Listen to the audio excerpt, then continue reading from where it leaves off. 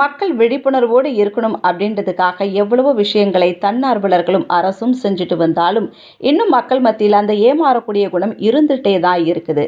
ஏமாறவங்க இருக்கிற வரைக்கும் ஏமாத்துறவங்க இருந்துகிட்டே தான் இருப்பாங்க அப்படின்றதுக்கு இப்போ நான் சொல்லக்கூடிய இந்த விஷயமும் ஒரு நல்ல உதாரணம். கடந்த நாட்களில் ஆன்லைன் வேலை வாங்கி தருவதாக வந்த எஸ்எம்எஸ்ல இருந்த லிங்கை கிளிக் செய்து அதில் கொடுக்கப்பட்டிருந்த டாஸ்கை ஒவ்வொன்றாக செய்து முடித்து ரூபாய் 2.5 லட்சம் வரை பணத்தை இழந்த சென்னை அரும்பாக்கத்தை சேர்ந்த இளைஞர் அருண் என்பவர்.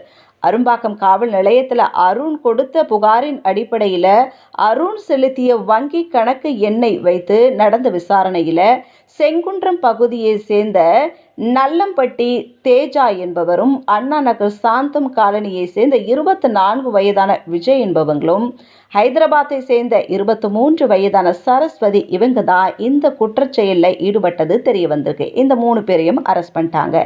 இவங்க கமிஷனுக்காக போலி வங்கி கணக்கு தொடங்கி அதன் மூலமாக பணத்தை பெற்று மோசடியில் ஈடுபட்ட வேறொரு கும்பலோடு தொடர்பில் இருந்ததும் இந்த விசாரணையில் தெரிய வந்திருக்கு. இந்த மோசடியில் வட மாநிலத்தை சேர்ந்த கும்பல் ஒன்று மூளையாக செயல்பட்டிருக்காங்க. மேலும் வடமாநில கும்பல் இவங்களது வங்கி கணக்கில் பணத்தை பெற்றுள்ளதும் கண்டுபிடிக்கப்பட்டிருக்கு. இதனை அடுத்து கைது செய்யப்பட்ட 3 பேரிடமிருந்து 15 போலி ஏடிஎம் கார்டுகள், 3 செல்போன்கள் மற்றும் 15 வங்கி புத்தகங்கள் ஆகியவற்றை பறிமுதல் செய்து விசாரணை மேற்கொண்டு வராங்க. அது மட்டும் இல்லாமல் இந்த வழக்கில் தொடர்புடைய வடமாநில கும்பலை காவல்துறை தேடிட்டு வராங்க.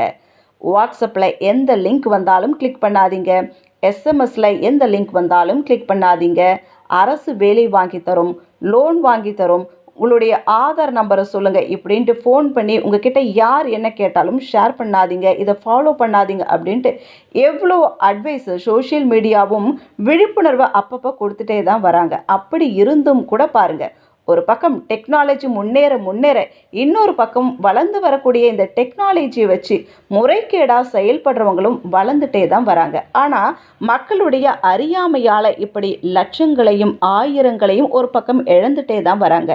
திருடனாய் பார்த்து திருந்தாவிட்டால் திருட்டை ஒழிக்க கண்டிப்பாக முடியாது.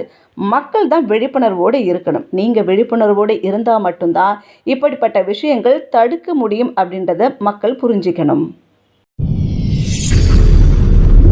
வல்லவன் உங்களில் ஒருவன்